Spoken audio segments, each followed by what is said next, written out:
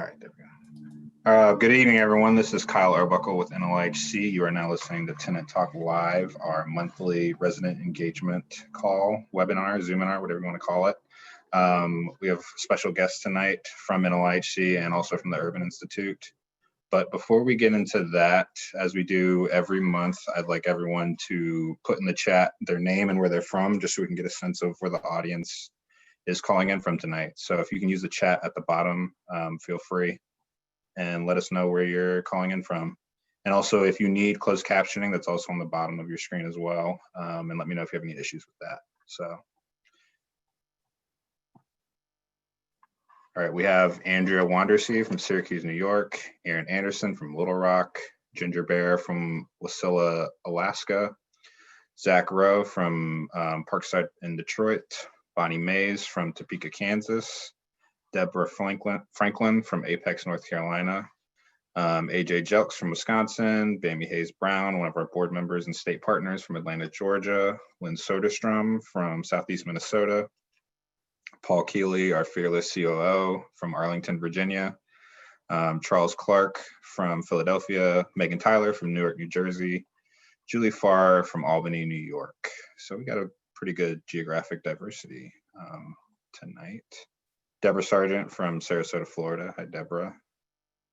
Karen Reside, sorry if I mispronounced that, from Long Beach, California. Jerry Lindstrom, my supervisor from Washington, DC. And then on our side, on the panelist side, we have Olivia Arena, one of our newest housing advocacy organizers. I think you all met her last time. She's going to be helping out with this project as well. So to introduce our topic, I just wanted to say that one of our regular attendees, Nakia Sims, I'm not sure if she's on yet, she said she might be able to join, reached out to me and mentioned that she often felt, just like a number in a pile of data often, and she wanted to be able to better conceptualize the data that we use. Oh, Nakia's joined. Hey, Nakia, how are you? Hi, I'm great. Thank you for asking, and thanks for inviting me to the conversation today. Yeah, of course. Do you mind just kind of quickly reiterating what you emailed me? I was about to introduce the topic right now, so you joined at a perfect time. So. Yeah, sure. Well, I can't do it verbatim because my little ones were at Walmart. One of the things as both, I think just because I have a high level of curiosity and I'm an advocate, a houser, law graduate, and a resident of a public housing authority that's undergrad and an MTW application. Often as I go into various advocacy groups, as a resident, you often feel like you are a number on someone's data point.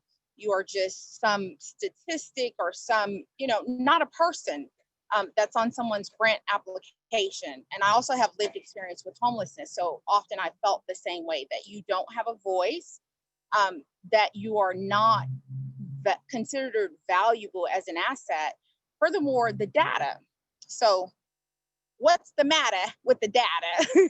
And so I've reached out to you and a lot of other organizations. I live in Houston, Texas, and we have Open Rice. I took a data visualization and it was amazing. And through General Assembly, I looked at a data analytics where Allison, I wish I had her name and I'll probably have it later. She's phenomenal as well. But to make data exciting, to make it accessible to residents, so that when we are called to action, we know exactly why we're being called and why we're making the calls. And so data truly does matter.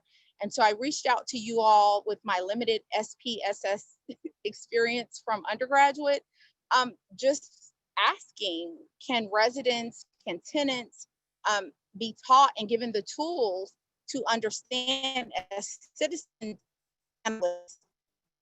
what the data means? And so I appreciate you following up with me, Kyle, and just extending the offer. And I'd love to be able to introduce Daniel with his accolades. I know that he's a professor and some other things, but he's a research analyst. And from my understanding, he's the person that would be able to explain the data as well as to give us the tools that we need to understand what's the matter with the data. So thank you. Yeah, no, that's great. That's perfect. That's a great introduction. And I think Dan and I actually talked about this. This might be a series that we do. We'll probably touch on this again, but this will be kind of just an introduction to how to demystify data, how to have more community-driven data, and how to integrate data into your advocacy. So first we'll have Camille from the Urban Institute present on some of her work. She's done a lot of community engagement, data-driven work. And Camille, I'll let you take it away from here. Sure, and if you'll just give me 1 second, I hope I didn't just like break my computer. Okay, we are squared away, and I will share my screen. Thank you so much, you all, for having me today. I just want to say that while I'm getting my screen shared.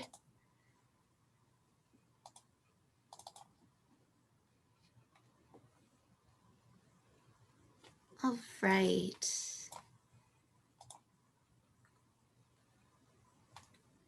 And can you see the presentation? Great. So as Kyle mentioned, I'm Camille Anoll. I'm a research analyst coming to you from the Urban Institute. And I came here today to talk about community engagement and how we use that with data engagement and partnership building with our communities. So quick introduction to kind of what I'm going to cover is just a little bit about me and my organizations. Do some discussion of what community engagement in the research really looks like, and then give you some examples from my work in our network of how people have used that in different situations. So like we said, I'm Camille Anoll. I'm coming to you from the Urban Institute. I am calling in right now from Boonesboro, Maryland. I'm usually a resident of Washington, D.C. though. And at the Urban Institute, we are a nonprofit social policy research organization. This means we focus on a lot of issues that are driving the lives and well-beings of people across the country and even internationally. We focus on a lot of topics such as housing, income and benefits, justice policy issues, mass incarceration, the cost of housing, and community design, built environment type topics. So we kind of branch a whole wide range of topics, and we are an organization about 500 researchers. So we really arch a whole bunch of work. Now, at the Urban Institute, I am one of 5 members who coordinate a partnership across the country. And this partnership we call the National Neighborhood Indicators Partnership. We have about 30 partner organizations all across the country. You can see the dots here. They don't all add up to 30 because we have a couple in the same cities. But these organizations are really driven to connecting neighborhoods and data. They partner with public organizations, local governments, nonprofits, healthcare organizations to really try and take that data out of a black box and bring it to the communities that the data represent. So one of my favorite examples, excuse me, is in Milwaukee. Right now, they've been working with their neighborhoods. Excuse me. They've been working with their neighborhoods that they have longstanding partnerships with. And as the neighborhoods have been requesting information about how the COVID pandemic is hitting their specific neighborhoods more particularly, our partner Data You Can Use has been creating them individual dashboards, just kind of one-page flyers for those communities. They aren't putting them on their website. They're handing them to the community organizations that they work with and the neighborhoods that they work with to let them decide how they're using that data. So that's a quick introduction to our partnership. I kind of fill in the role of leading, connecting across all these different cities. We hope to not only have, Milwaukee be doing this great community engagement work, but then to also connect the dots across the entirety of the US to give a more full picture of what's happening in our neighborhoods and our communities.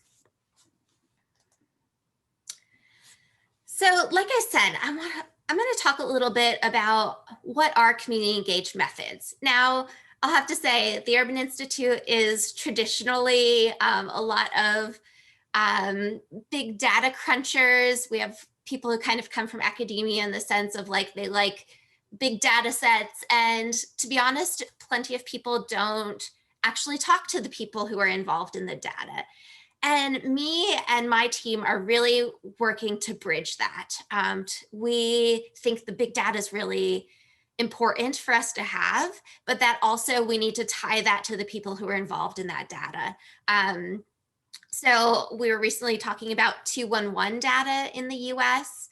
I was talking across 3 different cities who are analyzing 211 data, which is a hotline. If you don't have it in your community, it's a hotline to get support when you're experiencing a personal crisis or a natural disaster, and they can connect you to local resources like income support, housing security, those types of resources. So we were looking at that data and analyzing how COVID's been hitting need in these communities.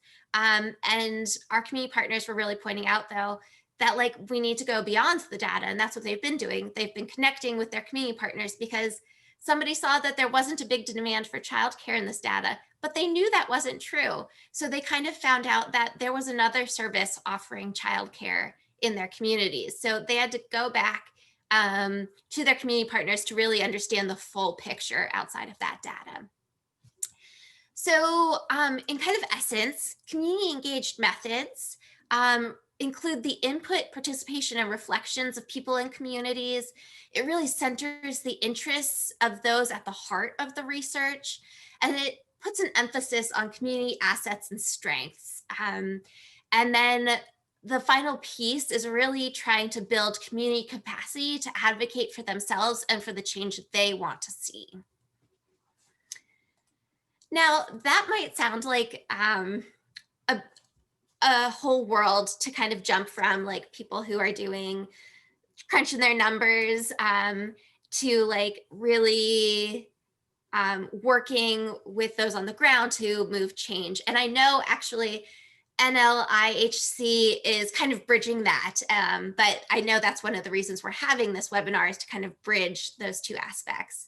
So this is what we call the continuum of engagement. And this is really how we're trying to build the community engagement muscles of our researchers and our organizations. So it kind of builds from in this continuum, starting with just like outreach and just making sure we're providing information and services to the communities and people at the heart of the research. So that's getting the data back to communities. Then we have consulting the communities, getting information and feedback on the research and work that you're doing, coming up to involving them more in the actual process on either in particular steps of the research or on specific issues. Next, we have collaborate, and that's a more thorough partnership, bringing in community members and our community partners to really be a part of the whole project, from kind of setting what we're thinking about all the way through making sure it's being brought back to the people who are the heart of the research, to finally what is kind of our gold standard and hopes that we get to, but it's a lot of work on everybody's part, and that's shared leadership. So that's really where even though we're working on a research project, sometimes myself and my colleagues will take a back seat and just be support. Our community partners are really leading our agenda, really setting how we're going to go about this work and what they really want to help with, what they really want to focus on, and our role is there to help them do that. So that is kind of a brief introduction to community engaged methods and what we're doing. Now I'm going to continue on to some of the examples from the Urban Institute and across the National Neighborhood Indicators Partnership. So I'll point out which organization is doing the work. So starting out at kind of that first step of outreach, this is one example that came up from our partner, Data Driven Detroit, in Detroit. And as part of their addressing the COVID-19 pandemic, they put out a Understanding Data During a Pandemic blog. Their point was that there was just so many numbers and data coming out at people that said, sometimes completely contradicting information. And so this was their way to to provide a really step-by-step of how to think about the numbers that are coming up in the news, what considerations you need to take into consideration, or you need to be thinking about when you're looking at those numbers, and then how to use those numbers in decision making down the road. So I thought I put the link there. I can put it in the chat later though, to this blog, because it's a really great piece of really just like using common language to help break down some of the information we're seeing in the news. Kyle, could you give me a time check? I didn't look at the time when I started. Sorry, I was muted. You're good. Okay. There's no rush. Yeah. Sounds good. Yeah. So this is another example kind of on that outreach, but really focusing on building capacity in our communities to be able to use and synthesize data. So I believe it was Nakia was saying that she had taken some community trainings about data use. This is one really great example from our partner in Indianapolis, who has this multi-course training that's also like they have all the resources available online currently, so you can take a look at those at the link. But it walks through just even from like framing the problem that you want to answer with the data and exploring what data is already out there in the world, thinking through considerations with that data, to telling stories and making decisions with data. So this is one of the ways that our partners are making sure we are building the capacity of our community partners and residents. Oh, sorry, wrong direction. So next, this is going kind of a step up on that ladder, and that's really asking for our community to inform the work that we're doing. This is our partner, which is actually the Public Health Department of Seattle and King County. They did a community health needs assessment 2018, 2019. And for this community health needs assessment, they actually particularly focused on LGBTQ community in King County and Seattle. So as they were getting this data together, they were crunching the numbers and the things they were seeing across like health information. They brought together representatives of the LGBTQ community, particularly the youth community, to understand and help contextualize the data that they were finding. So for example, they were seeing, unfortunately, really poor health outcomes for LGBTQ youth, and the youth were sharing that they weren't welcome in healthcare settings and that healthcare settings weren't ready to meet their needs. And so they weren't getting the healthcare that they really needed. So now we're moving up the ladder a little bit more to collaborate. And I really love this example. It's with our partner at the University of Minnesota, the Center for Urban and Regional Affairs. And they're in Minneapolis, St. Paul. They partnered for this project that they called the Social Service Runaround with a youth serving organization, Juxtaposition Arts in Minneapolis. So Juxtaposition Arts had a youth action and advocacy group already formed. So they partnered together on this project. The Center for Urban and Regional Affairs has a big focus on housing insecurity and evictions in this state. And so as this project came together, they were working with the youth to conduct interviews about the experience and process of evictions in Minneapolis, St. Paul. The youth actually conducted the interviews with the service providers. So they were interviewing people who are service navigators or people who are with the courthouse. And then the researchers who were a part of this organization took on interviews with individuals in the community who had experienced eviction or housing insecurity. They created this really cool game. This was what the youth came up with to bring the data back to the community and to individuals to really communicate the story behind the data. They created a game called the Social Service Runaround, and essentially you were given a role where it would give you a certain scenario of what your situation looks like. And people would have to try and navigate through the system.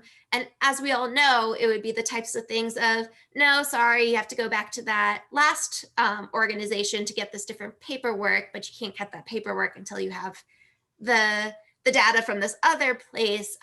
So they really were showing people the experience of people who are facing eviction and that runaround experience. Finally, we're getting to shared leadership. And again, this is our gold standard that we hope we get with a lot of partners, but it takes a lot of work. This example is from the Urban Institute, and it's with our Benning Terrace residents. We have worked with a long time with our Benning Terrace residents to build partnerships, really, and try and create a partnership of trust. I believe this is going on, close to 10 years, this relationship. And it started with a sexual health focused initiative for young people that they were engaging the community members at this public housing place, and they then built up from that initiative what the residents really wanted to be focusing on, and it even culminated with, at the Urban Institute, we had one of the residents hired on for a little while to help coordinate this research. So if you want to learn more, there's a really great blog that is written up by some of our researchers who have that close partnership, including with like audio clips from our resident partners. So that is what I have for you all today. I'm more than happy to take questions or see if I can provide you any information if there's particular spots you want me to dig into. Thanks, Camille. Nakia, I think you had a question. Yeah, I had two questions. So is always something of interest when you talk about, and I guess the first thing I got to look you up, and so just acknowledge you, Camille, as well as your accolade, University of Michigan, dual master, public health, and social work. But that latter part with residents, I often find that poor people are expected to do more with less. And so speaking as a person with lived experience in homelessness, I'm on our local COC steering commission, as well as there's like an upcoming opportunity to join, but it's often, if we're on all of these committees and all of these additional responsibilities, the opportunity cost is great. And so I guess my question would be, what have, as the Urban Institute, I guess the progression or what you all have learned through both your data, qualitative, quantitative, and just, from working with the community, the Benning community, as far as to have resident engagement where it's a value add and it's approachable for residents, where it's not an additional burden, but it's seen as a value add. Yeah. So that is a major challenge. And we really try to balance like making sure people are involved with our work who are the center of the work, but also balancing the burden, certainly. You know, I'm lucky to have this as my job, though other people who are also passionate about it don't get to spend their 9 to 5 hours working on this stuff. And so it gets to be my job where other people get to put it on top of, you know, the work that they do to support themselves and their families. One of the things we make really important is to provide compensation in our research and work. If we're asking people for their time, we're paying them appropriately for their time. And I'm going to say that this is something I do in my research. I can't say every project at the Urban Institute really centers that, but that is a main core goal that we try to achieve in all of our projects. And I personally make sure it's a part of all my work. And sometimes that looks like different things, but one of them is a financial compensation. And also, we try to be really flexible with our community partners. You know, again, this is my 9 to 5. But that means that I need to be meeting people after hours because they're coming after their job. I need to be flexible about location. I need to come to them. You know, we're kind of all learning this technology world, and that's gotten some really unique opportunities for us to use technology to make it easier for everybody to connect. But really thinking first and foremost, like, what's going to reduce burden for people to participate. Yeah, so, and for example, with the Benning Terrace partnership, we did actually hire somebody part-time to help out with that project who was a resident and became a coordinator of the work. Does that answer your question? Are there other parts that you'd like me to dig into more? No, I would keep Dan's, but yeah, that helps. The other stuff I can touch base with you online, some follow-up questions, but thank you for that. I appreciate it. Yeah, sure. Yeah, so that's a great question, Nakia, and I just wanted to reiterate off that NLIHC provides stipends for people that present on anything that we do, but obviously Tenant Talk Live is one of those. So if you have a topic that you're interested in speaking in, please feel free to reach out to us and we can work that out. I guess I can add, Camille, I'll ask you 2 other questions that people asked. They're pretty quick. So Catherine wanted to know if the Urban Institute has been involved with problems getting landlords to accept Section 8 vouchers, so source of income discrimination. I believe I've seen you all have done a lot of work on that, but have you done anything with the community engagement methods? Yes, I know we have. Actually, I'm going to invite Olivia Arena. So Olivia actually used to work with me, and she has worked some on our housing discrimination work, right? I haven't worked on our housing discrimination work, but I am aware that I think, like with many of the, you know, HUD, for example, like any of the discrimination work that's coming out of the Department of Housing and Urban Development, I think that there is partnership with fair housing organizations on the ground where there is both field testing, so not just reading academic literature, but also going out to assess what it looks like in communities, and also not just the communities on the East Coast, but across the country. And I think that there is work that came out of Urban more recently that talked to local partners around, you know, what are some of the barriers to source of income discrimination legislation at the state and local level, and what would it look like to have protections? And I think some of that work is grounded, maybe not in talking to folks that have lived experience, but definitely organizations that are working outside of DC on the ground. I can drop a link to what I know into the chat. Great. That'd be great.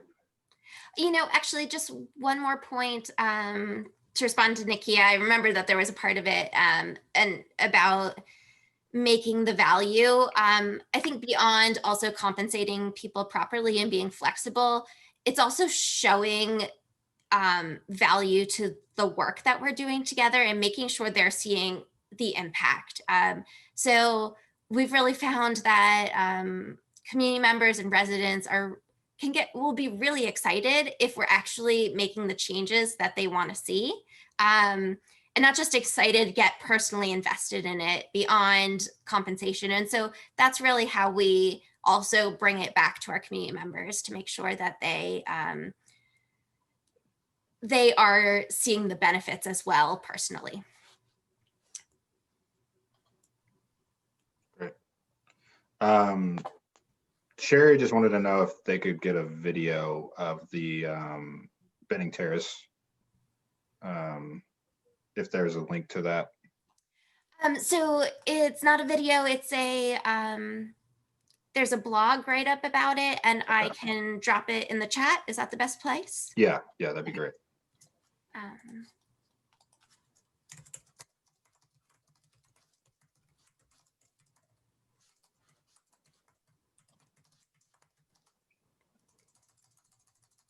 Karen has her hand raised. So Karen, I'm going to unmute you.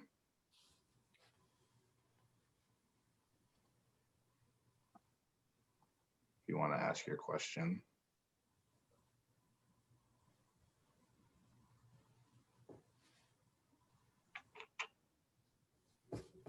Okay. Okay. Well, just for the sake of time, we'll move along. Dan, if you want to prepare your presentation. Dan's going to talk to us about the gap. That is one of our main research projects that we use in our advocacy. Talks about how there is a shortage of affordable and available housing, particularly for low income and extremely low income people.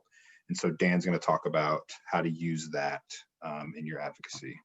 So Dan, what do you have? Thanks, Kyle. And for anyone who joined after the beginning of the call, I think it's just reiterating the thanks to Nakia for this initial suggestion. So she sent an email last week recommending that we spend some time talking about a couple of things, but one of which is how to empower resident activists to use data in their advocacy. So I think this marks a shift in the conversation from Camille's really interesting talks about the ways that research can be developed with tenants from the outset. And this is focusing on just a couple of fundamental things in some of our most regular reports. So not everyone has, I think, the sophisticated background that Nakia was describing of having some SPSS as an undergraduate. But for anyone who is interested in being an advocate and making use of our materials, I think it's worthwhile to spend some time talking about some of the major things that you could draw out of our most regular reports, and also just to be aware of some of the online resources that you can use when talking with local officials or policymakers. When I saw this email as well, I did say to Kyle, I thought this would make a great extended conversation with Tenant Talk Live, because there is just so much that we could actually talk about. I think we're just going to skim the surface of a couple of things here tonight, but maybe we can engage on this on a longer term in some form or fashion. So every year after we've released our big annual reports, The Gap and Out of Reach, we hold a congressional briefing where we walk members of Congress and staffers through our reports to help discuss some of the central findings and to help them understand what the charts in those reports represent. So one rationale for that congressional briefing is to introduce to congressional staffers who don't know much about housing the argument that there is a profound and pervasive housing crisis.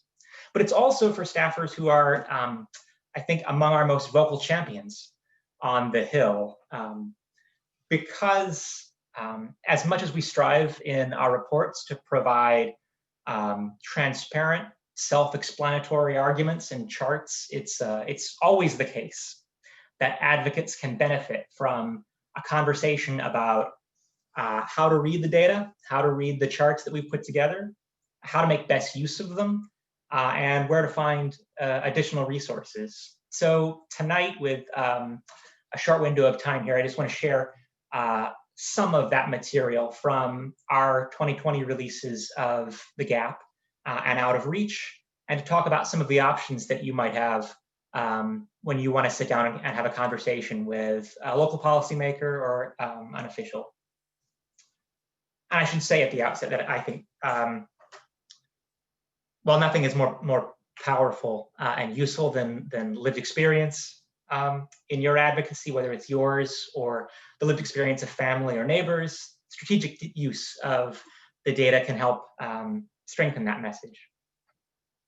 So every year we release The Gap, as you all are probably intimately familiar with, which I think comes close to making the basic argument that NLIHC is always making. It explains why the shortage of affordable housing nationwide is driven by a shortage for the lowest income renters. And the biggest headline, of course, from The Gap is always the number of affordable and available rental homes per 100 rental households.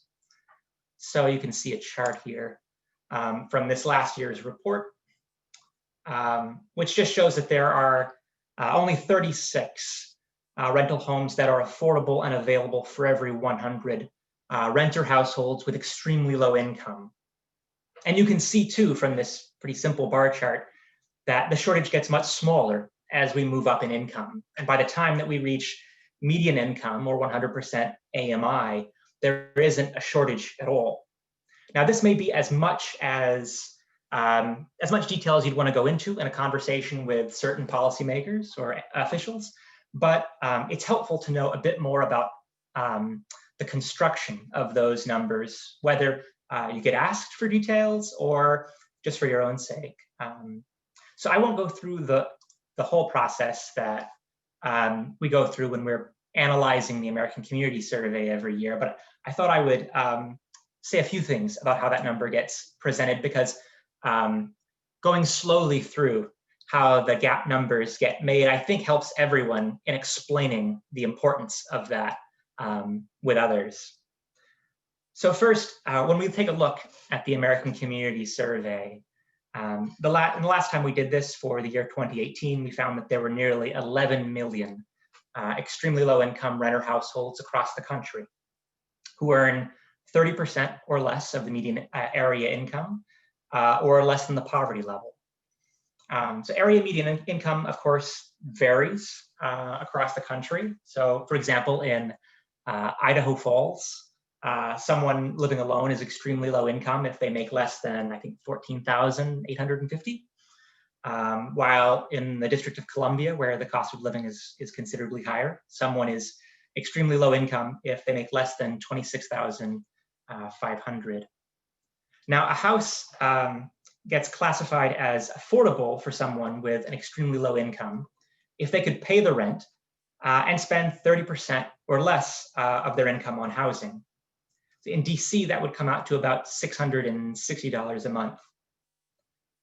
To get a count of how many rental homes are affordable for people in DC, then, we could just count how many homes rent at or below that price. Importantly, though, and this is, I think, a critical point for us, affordability isn't the only thing that matters. It's also important how many homes are actually available for low-income renters. So here's how I would explain affordability and availability to someone who isn't acquainted with that vocabulary before. And the field team probably has better wording for this since they're more eloquent on most of those issues. But on the private market, the most affordable homes can be rented by anyone, regardless of their income. And some of those homes will be occupied by renters with higher incomes. So some of the homes that are affordable to extremely low income renters will be taken by others. And then extremely low income renters are forced to rent homes they can't afford. In producing our gap analysis, then, we look not just at how many homes are priced at a level that extremely low income renters could, in theory, afford. We also look at the incomes of the households that are occupying those homes. We count a home as affordable and available for extremely low income renters only if it's priced such that they could afford it and it's either vacant or occupied by an extremely low income renter. So when we look at both of those things, to be able to say there are only 36 homes for every 100 extremely low income renters that are both affordable and available, we find that there are fewer than 4 million homes that are both affordable and available for those nearly 11 million extremely low income renters, which is how we get to this top line number that there are only 36 for every 100 extremely low income renters. Now, of course, when you're talking with a local official or policymaker, you'll probably be more interested in being able to provide or highlight local numbers for them. And I think there are a couple of options here. So every report has a national map that breaks it down by state. And if you live in a state that has a more severe crisis than others, like California, Nevada, it might be useful to be able to highlight that comparison to other states. No matter where you live, though, the numbers are shocking. And even though somewhere like West Virginia has more homes affordable and available for extremely low income renters, it still only has 62 for every 100 renters. So if you don't live in one of those dark red states, you might find it more helpful to just use the tables that are found on state-specific pages. And I don't know if I'll be able to get off of PowerPoint easily enough to just drift over to the website. Let's see if I can. Are you able to see this? Kyle says yes. Okay, so here I'm at nlihc.org/gap. The URL is slightly different on the browser here because it redirects you, but it's a short URL. And the landing page for our report, it brings you first to the national map here. And if you just hover over a state, you're going to pop up that provides a little bit more information. And then through the more info button, you can actually be taken to a page that'll give you quite a bit more information. So if you're looking just for state-specific information and not for comparative data, this might be the place to start. So by clicking on your state, you can find gap data for your state and for some of the biggest metros. You see for New York State, you get data as well for Buffalo and for New York City. And these pages show as well the share of renters who are cost burdened and severely cost burdened at each income category. So if you hover over the extremely low income category here, you can see that in New York State, fully 85% of extremely low income renters are cost burdened, spending more than 30% of their incomes on housing. Let me see if I can drift back to the PowerPoint now. Okay, so that provides a couple of tools for using the gap, and I hope it starts to speak to what it means to demystify the gap numbers. There are a couple of other charts in the gap that I'd be happy to talk through as well at some point, but I wanted to reserve a few minutes to talk about our other major annual report, Out of Reach, and to highlight just a couple of points here, which I think are important for anyone if you're thinking about using this in your advocacy. So Out of Reach, of course, highlights the gulf between the wages that people actually earn and the price of decent rental housing in every state, metropolitan area, and county in the United States. And the central statistic in the report, the housing wage, represents what a full-time worker would need to earn in order to be able to afford rent and utilities at fair market rent. And while there is variation across the country in housing costs and in minimum wages, nowhere in America do minimum wage full-time workers earn enough to be able to afford a modest 2-bedroom in their area.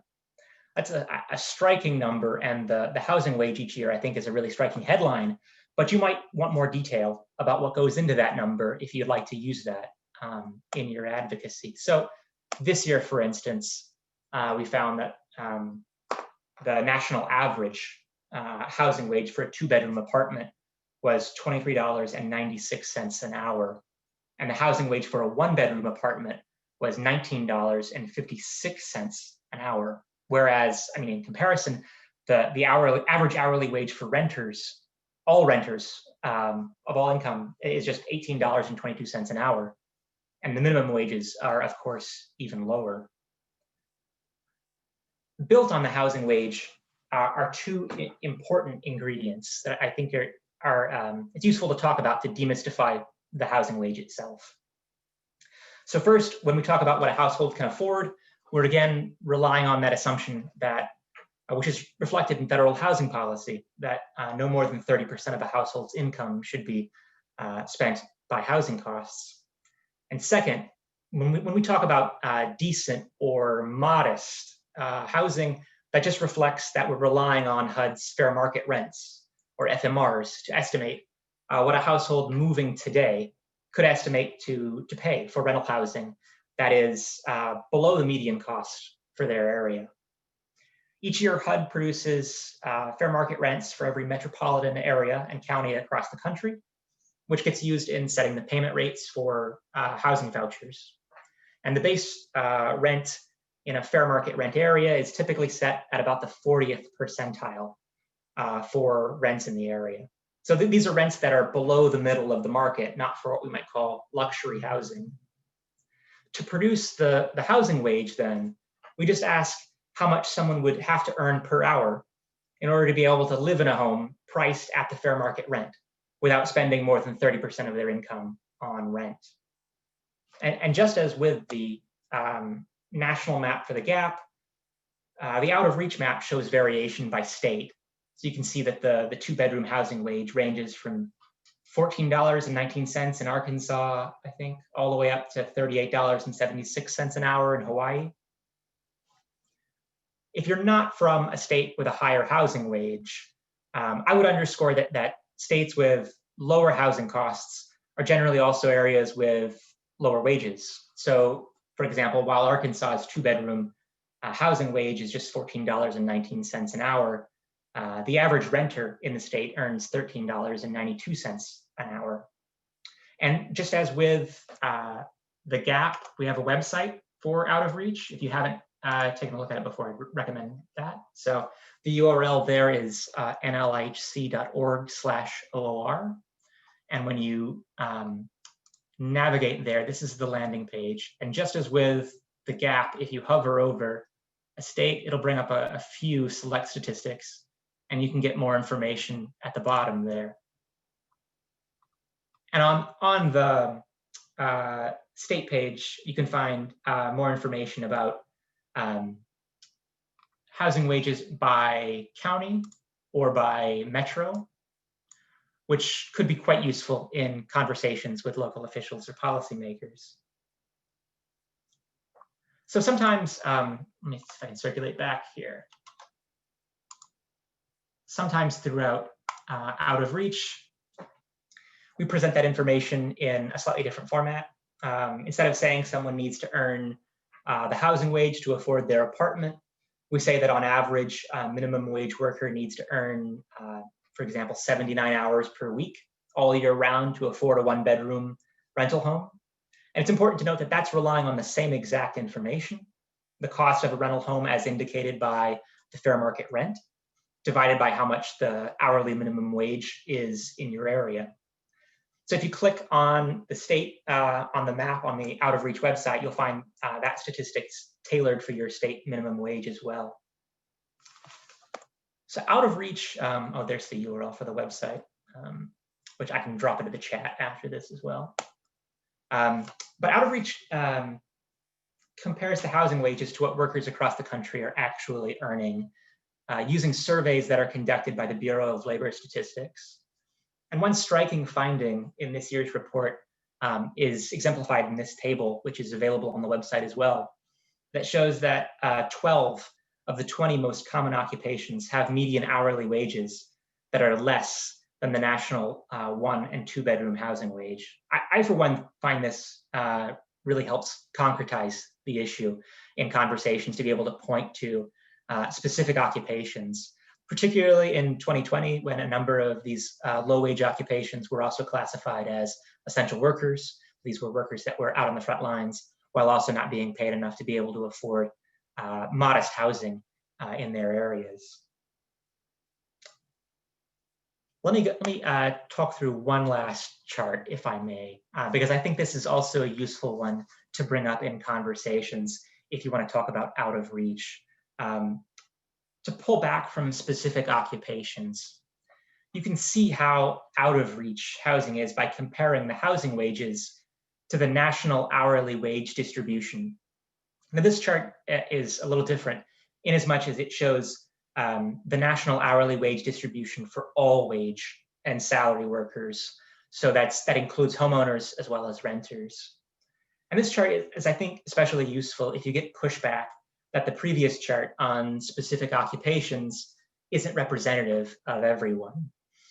So the blue bars here are actual wages by percentile. So the 10th percentile, or the first blue bar, is the lowest 10% of wages. And the 20th percentile, or the second bar, is the lowest 20% of wages, and so on. The 50th percentile there, which is the median hourly wage, is $19.68 an hour, which is just barely over the one-bedroom housing wage of $19.56 an hour. And to be clear, nearly half of all workers make less than $19.68. And the two-bedroom housing wage is higher than what 60% of all workers earn. So if you use this, though, I would emphasize that it's important to underscore that the problem is even worse for renters, since the average wage for renter households is even lower at $18.22 an hour. So I'm happy to talk more about the gap numbers, about the housing wage, about any of the charts that we use in our research, or about other recommendations that we've made to citizen activists who want to make use of the data in their advocacy. I was really moved, I believe it was a year ago now, at the Urban Institute. There was a talk given by Professor of Visual Journalism, Alberto Cairo. I don't know if anyone here saw the talk, but one of the points that he was at pains to make was that every chart is not self-explanatory and needs a conversation to really be able to use it, to be empowered to use it in an effective way. And so I think this is a really important conversation to be having. I'm grateful that Nakia brought it up. So I'll just stop there and see if anyone has questions. Thanks so much, Dan. That was great. I see, Karen, you still have your hand raised. You can unmute yourself if you'd like to ask your question. Also, Natividad can unmute you as well if you still have a question.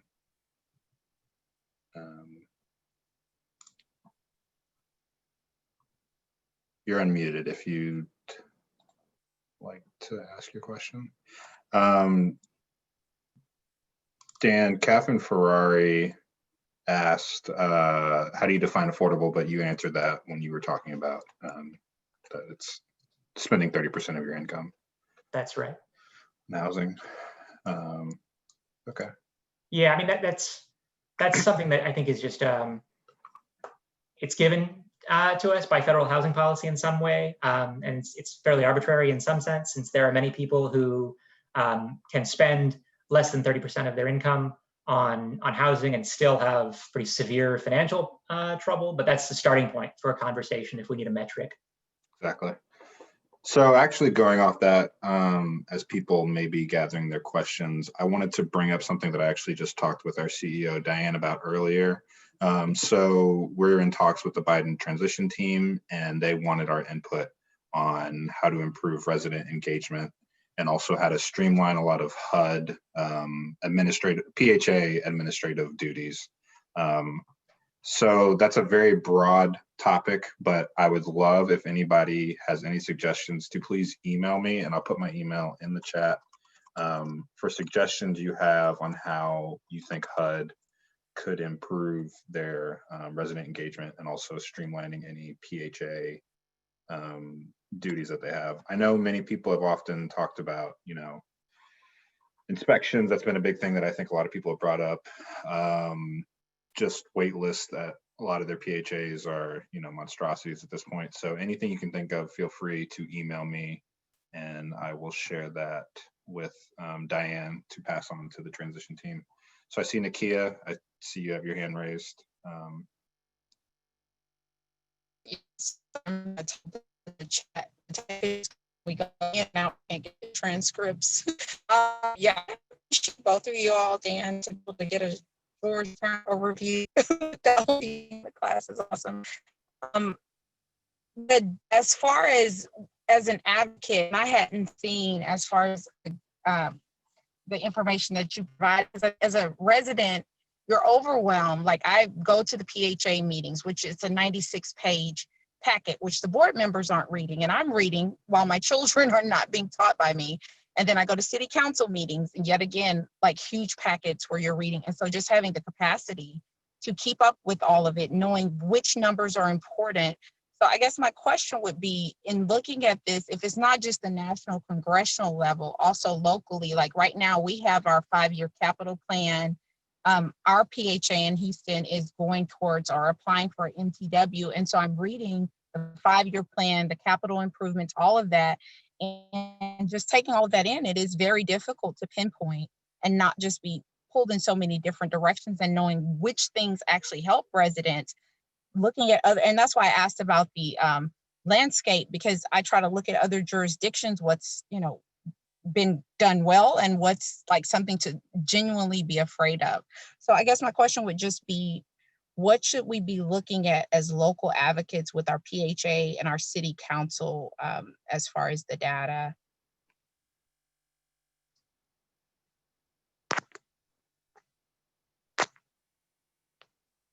Yeah, that's a great question. I think perhaps unfairly, I would like to pass that off to Ed Gramlich, who's not here, who's an expert on I think some of these issues in particular, since you mentioned PHAs and moving to work. So I think it will be highly context dependent, of course.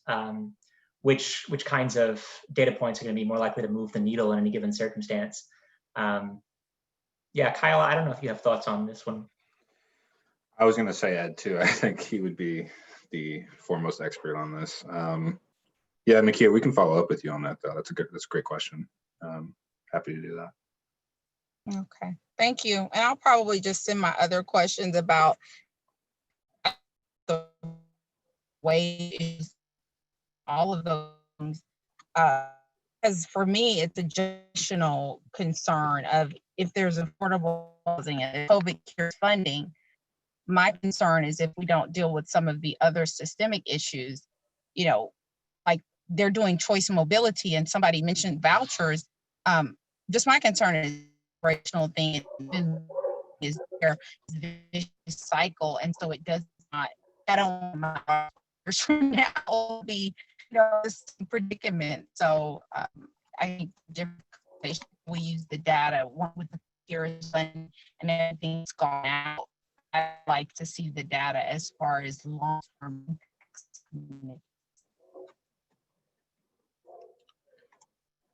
Great. So just for the sake of time, I think we might have to wrap up. But I just want to reiterate what I said before, that we are seeking input from Tenant Talk Live attendees, what they'd like to see HUD improve on in their resident engagement and also in PHA administrative streamlining. So whether it be wait list or inspections, things like that, things that you're seeing in your PHAs that you would like to see improve, and also ways you think that HUD could help you with your resident engagement and your tenant engagement. So feel free to email me. My email is in the chat. It's also on all our emails and everything. So feel free to reach out to me. And I also wanted to give an update on Congress on COVID relief.